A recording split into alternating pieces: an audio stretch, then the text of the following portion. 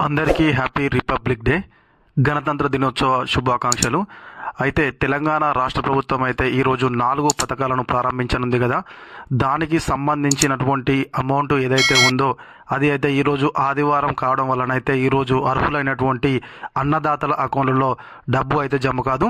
రైతు భరోసా కింద ఇచ్చేటువంటి 6,000 మరియు ఇందిరా ఆత్మీయ భరోసా కింద ఇచ్చేటువంటి 6,000 రూపాయలు అయితే రేపు అంటే 27 తారీఖు సోమవారం రోజున అయితే అర్హులైన అన్నదాతల అకౌంట్లలో జమ అవుతాయని చెప్పేసి చెప్పడం జరిగింది.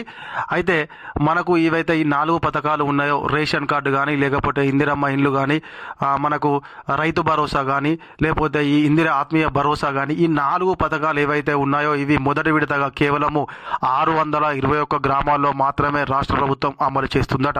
తర్వాత మనకు ఫిబ్రవరి మార్చి వరకు అర్హులైన అందరి అకౌంట్లలో అందరికీ ఈ యొక్క పథకాలు జమ చేస్తామని చెప్పేసి చెప్పడం జరిగింది.